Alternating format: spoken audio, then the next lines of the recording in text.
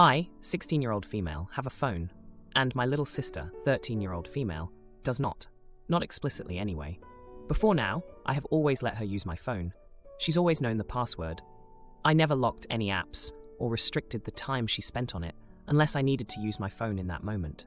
Basically, I gave her full access with no sort of restrictions, except that she is not allowed to text my friends or look at the texts I send people. So this was going fine. I wouldn't snoop through her contacts, and I assumed she wasn't snooping through mine. Except she was, and she's been reporting back to my parents for the past 3 years. I was pissed and not okay with it, so I banned her from using it. I told my parents they could have the password because I'm not allowed to lock it from them, which I'm not really comfortable with, but it is what it is, so I just keep my phone on me at all times and delete things to avoid snooping. But they cannot tell my sister it, but they told her the password over and over again, so I had enough and changed the password to one that my parents don't know either. Now my parents are extremely mad at me and have confiscated my phone. They are going to buy my sister her own phone that I won't be allowed to use and not let me have one until I have graduated college. Apparently, I was jeopardizing her safety because how would she call someone if she needed to? And she goes tutoring half a block away and apparently needs the notes on my phone, which is funny because there are no notes on my phone but my own. I do not think I'm putting her in any danger. She has my father's old phone, an iPhone 7 he used for half a month before he got a better one. So it's not like she has a Nokia she can't figure out how to use. And she has most of her study materials and contacts on there. So I really don't see the issue. But I'm being punished, and all of the older people in my family have told me I'm being really selfish and ungrateful and difficult about this, and that the phone isn't even mine, it's my parents', and I am simply borrowing it, like I'm borrowing everything else in this house. They're also mad because I refuse to tell anyone the password, and they're angry that I'm endangering my sister like this, all because I supposedly have an addiction. So, am I the idiot for not giving my sister my phone and changing my password so that nobody knows it? Edit. Thank you for all of your opinions and also your kindness. I don't really know what to say to reply to you guys, but thank you. Apparently this isn't a normal situation, and a lot of people are saying it's abuse, and I don't know how to feel about that. It feels like it can't be that bad, but it seems like it is. Thank you to everyone who offered to help and gave me advice. I genuinely appreciate it. Thank you for your time, and sorry for being clueless, aflol. Now, for a few comments before the update. Comment 1. When I was a teenager, my mum used to say things like, "It's my phone that I paid for. You just get to use it because I say so." Or "This is my house that I let you live in." And this gives me defensive issues to this day about ownership of possessions. She has taken accountability for this, she has apologized, and she is now much more aware of the impact of her words. But she was still the AH, a stance she agrees with. Comment 2. Not the idiot. That's an invasion of your privacy from your sister and your parents. Will they snoop through your sister's new phone too? If not, then that screams favoritism. And also the hypocrisy of, your sister needs your phone to call someone in an emergency. But then confiscating your phone? How would you call in an emergency? Now, for the update. Hey everyone, a lot has happened since my last post, and I'm here to spill the tea on the latest drama in my life. Buckle up, because this update is a wild ride.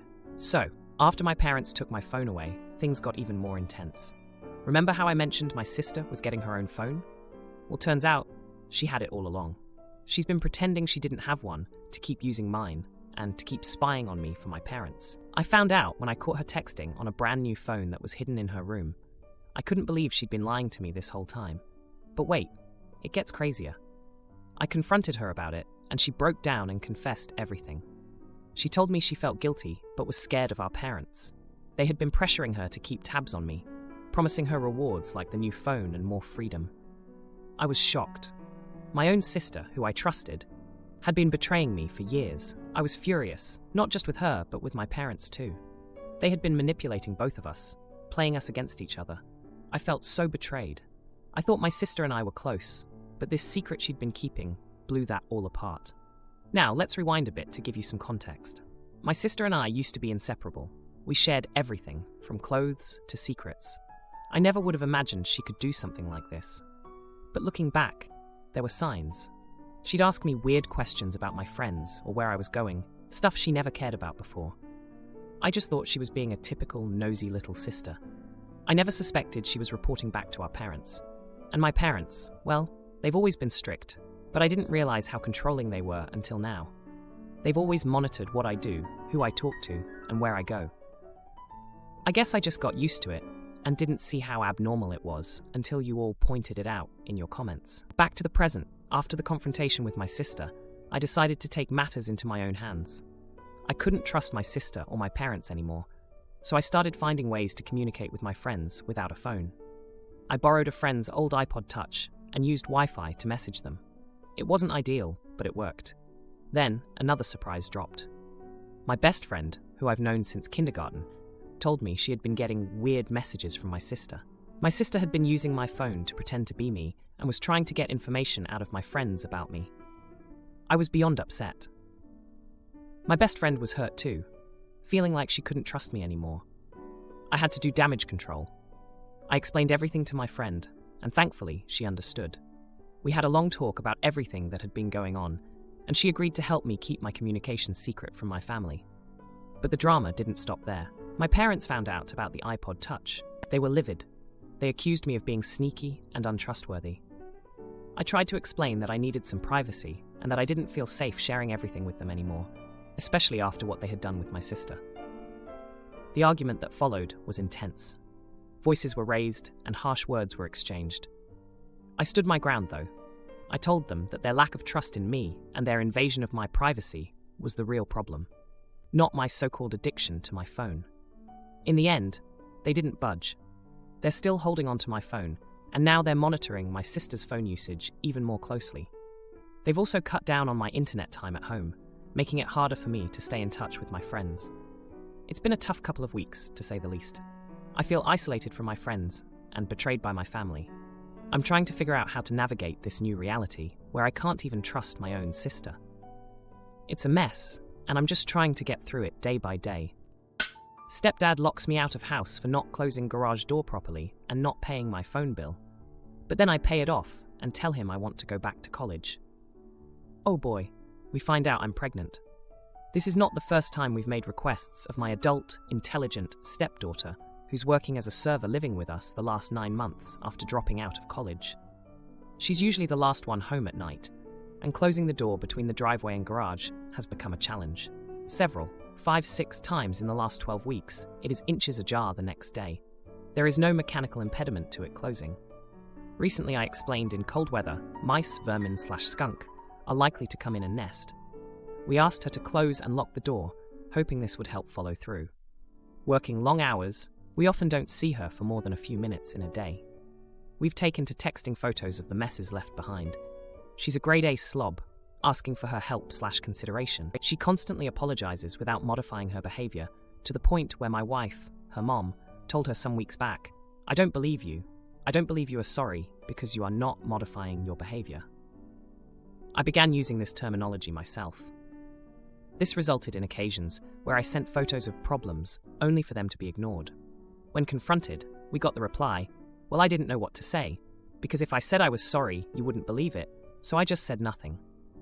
We let her know that no reply was worse than any other option at all. She's been on our phone bill paying $15 a month for unlimited everything with a top-tier carrier. The best phone deal anyone could have, but required nudging many months for payment. Again, she is currently making $1,000+ week. It has been made clear to her that not responding to our texts and/or not staying current with her bill will result in dropping her from the plan. My wife has been out of town this week, and we've had a really good week. I've been taking favorite dinner requests from her for the night she has been home. Low drama. Wednesday morning is literally freezing where we live, and the garage door is open again. I text her a photo captioned "Annoying, go work out," and she's gone when I get home. I do not get any text response all day. Nothing. As the third parent in the mix, my vote has probably rightly only ever carried little weight, but after suggesting she wasn't ready to go to college and being overruled, and the following day suggesting it again when she was suddenly $4,400 short since the prior day, overruled again. You see the pattern here? No consequences. Ever. I have stated that a different approach is the only way to get a different result. So I lock the door, and she can't get in. Instead of arriving home at 10, she gets home at midnight. I'm fast asleep, She can't get in and sleeps at friends. Note we live somewhere very safe. I knew she had multiple friend options, and that's what actually happened. I told her she needs to get her own phone bill. She's off ours. Wife is livid with me. So am I the idiot. P.S. Daughter's attitude is fine. She requested salmon for dinner tonight. I'm off to make it right now. Now for a few comments before the update. Comment 1. Closing the door between the driveway and garage has become a challenge. Several, 5-6 times in the last 12 weeks. It is inches ajar the next day. There is no mechanical impediment to it closing. Have you considered installing a mechanically assisted closing mechanism? Comment 2. So, I lock the door so she can't get in. 1. She's an adult. 2. You're an adult. 3. You're both behaving like children. Seems like problematic behavior from both of you. 5. Good God, don't lock people out of the house just because you're pissed off at her. 6. Everyone sucks here. Now, for the update. Hey everyone, thanks for all the support on my last post. It's been a rough couple of weeks since then, and boy, do I have an update for you. So after the whole garage door saga, things took a turn for the worse. My stepdaughter, let's call her Sarah, didn't take kindly to being locked out of the house. She's always been headstrong, a trait she probably got from her mom, my wife. I remember when Sarah was younger, she'd insist on doing things her way, even if it meant learning the hard way. Like that time, she was determined to fix her own bike chain and ended up covered in grease. Anyway, back to the present. The morning after she slept at her friend's place, Sarah came home with a storm cloud over her head. She didn't say a word to me, just stomped off to her room. I thought, okay, maybe she just needs some time to cool off. But then, things started to escalate. For the next few days, Sarah was nowhere to be seen. She'd come home late, after I'd gone to bed, and leave before I woke up. It was like living with a ghost. My wife, who had returned from her trip, was caught in the middle. She's always been the peacemaker, trying to smooth things over between Sarah and me. But this time, she was torn. She understood why I was frustrated, but she also felt for Sarah. Then came the bombshell. I was checking our phone bill, which Sarah was supposed to be off by now, and I noticed a bunch of charges I didn't recognize. Long-distance calls, extra data usage, you name it. Turns out, Sarah hadn't switched over to her own plan and was racking up costs on ours. When I confronted her about it, she just shrugged and said she forgot. That's when I lost it. I told her she had until the end of the week to pay up or find a new place to live. My wife was horrified. She reminded me of the promise we made to always support Sarah, even when she dropped out of college. We had been her safety net, and now I was threatening to take that away. The tension in the house was thick enough to cut with a knife. Sarah was barely speaking to us, and my wife was giving me the cold shoulder. I started to wonder if I had gone too far. But then, just when I thought things couldn't get any more strained, Sarah dropped a surprise of her own. She came to us with a check in hand, enough to cover the phone bill, and then some. She said she'd been saving up, working extra shifts at the restaurant. She wanted to prove she could be responsible. My wife and I were stunned. It was the first time Sarah had taken initiative like this, without being pushed. But that wasn't all. Sarah had another piece of news. She had applied to go back to college. She wanted to finish her degree, something we had always hoped she would do. My wife was over the moon, and even I had to admit, I was proud of her. Things were starting to look up, or so we thought. Sarah's newfound responsibility seemed to be a turning point for us. We started having family dinners again, talking about her plans for the future. It felt like we were finally getting back on track. Then, last night, everything came crashing down. I came home from work to find Sarah and my wife in the middle of a heated argument.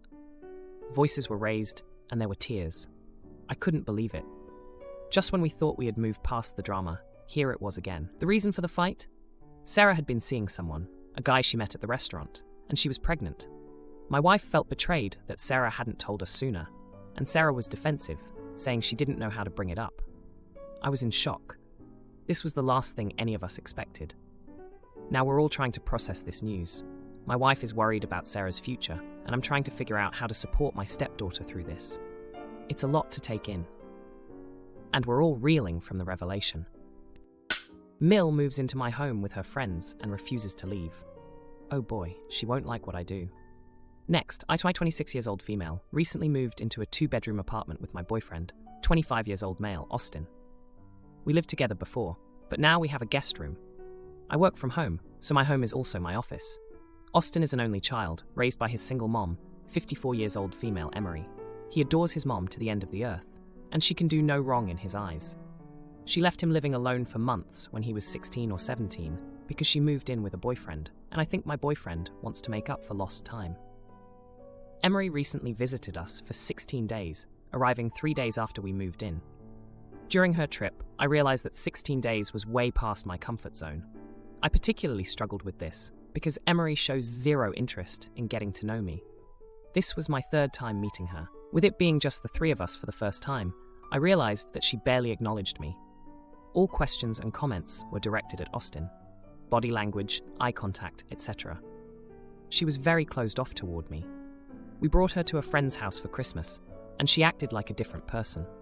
She was very talkative, bubbly, and charming with all of the friends present, and she had met them all that day. Being her son's first girlfriend in 10 years, I thought she would want to get to know me, but all questions about me were asked behind my back. One of my gay male friends FaceTimed me, and I overheard her ask Austin who I was on the phone with. I mentioned getting my antidepressants refilled, and later she asked Austin, why does she take antidepressants? What trauma does she have? One of the first nights, she complained that she wasn't sitting next to Austin when I was sitting next to her. I felt self-conscious about my seat placement in my own home after that. I had a fight with Austin due to Emery having her friends fly in to stay with us and misinforming us about the length of their stay. She overheard, so I apologized, and she did not speak a single word to me in my own home for 4 days. Austin and I discussed the burning question, should there be a maximum duration for guests in our house? This would apply to all guests. I think 5 days is generous, and in our state, a guest legally becomes a tenant after staying for 7 nights in a row. I do not want to give someone else tenant's rights to my home. I said that if Emery wants to stay longer, she can get a hotel for the remaining days, but she cannot afford that, and Austin does not want to pay for it. Austin said the one exception to this proposed rule would be Emery. I explained to him that's not an exception. It is obliterating the rule, because she's the reason why I proposed it in the first place. He said this is a non-negotiable for him, and there is no maximum for how long his mom can stay with us. He said those 16 days were the happiest he's been in 10 years. Am I the idiot for wanting to set a limit on that? It's our home, and I feel like we should compromise, but he will not budge. He is usually reasonable and understanding, but has tunnel vision when it comes to his mom. Now, for a few comments before the update. Comment 1, not the idiot. I'm sorry. She invited other guests without asking. She ignored you. He has never been happier. She can stay as long as she wants. You are not the main person in his life. It's time to tell him you're going to be looking for another place because he has made it clear who he values more.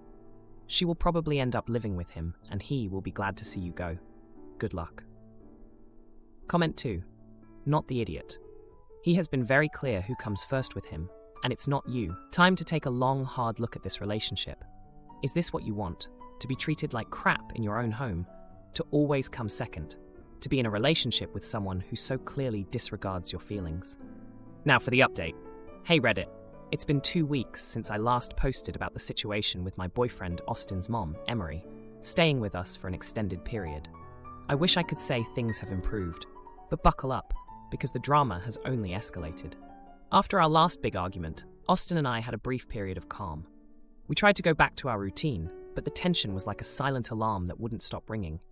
I was still working from home, trying to keep my head down and focus on my job, but it was tough with the constant reminder of the unresolved guest issue. Then, out of nowhere, Emery announced she was planning another visit. This time, she wanted to stay for a month because she had some important business to take care of in our city. Austin was over the moon, but I felt like I was being pushed to the edge. I reminded him of our previous conversation about setting a guest limit, but he brushed it off, saying that his mom's situation was different. The injustice of it all was eating me alive. I couldn't believe Austin was dismissing our agreement and my feelings so easily. It was like our home had become Emery's personal hotel, and I was just the staff expected to accommodate her every whim. Emery's important business turned out to be a series of lunch dates and shopping trips with friends she hadn't seen in years. Meanwhile, I was juggling conference calls and deadlines in the next room. The lack of privacy and space was affecting my work, and I was at my wit's end. One day, while Austin was at work, Emery decided to reorganize our kitchen. She claimed it was a surprise to help us out, but it felt more like a territorial move. I came out of my makeshift office to find all my baking supplies shoved into the back of the highest cabinet, and her preferred brands taking center stage. It was a small thing, but it symbolized the larger issue at hand. I confronted Austin about it when he got home, and things got heated. He accused me of being ungrateful and not understanding his relationship with his mom. I shot back that he wasn't respecting me or our shared space. The argument ended with him storming out and spending the night at a friend's place. The next day, I thought things couldn't get worse, but they did. Emery had invited her friends over again without telling us. I came home from a rare day at the office to find a group of strangers in my living room. They were nice enough, but I was blindsided. I felt like I had no control over my own home. Austin returned later that evening, and we had another talk. This time, I laid it all out. I told him that while I understood his desire to make up for lost time with his mom, our relationship and my comfort in our home couldn't be sacrificed. I needed him to see that there had to be boundaries. He listened, but his solution was to suggest that maybe I could spend some time away from the apartment when his mom visits. I was floored. It was as if he was choosing his mom's comfort over mine in our own home. The final straw came when I overheard Emery on the phone with one of her friends. She was laughing about how she had me wrapped around her little finger and that she could stay as long as she liked because Austin wouldn't dare say no to her. I haven't confronted her about what I heard, but it confirmed my worst fears. Emery was manipulating the situation, and Austin was letting her. So here I am, 2 weeks later, still stuck in this mess. I'm trying to figure out my next move, but it's clear that something has to change. I love Austin, but I can't live like this. The disrespect and disregard for my feelings are too much to bear. If you like this video, you'll probably like these too. Also, while you're here, please consider subscribing. It's your support that keeps this channel alive and allows me to make better and longer videos. Have a great day.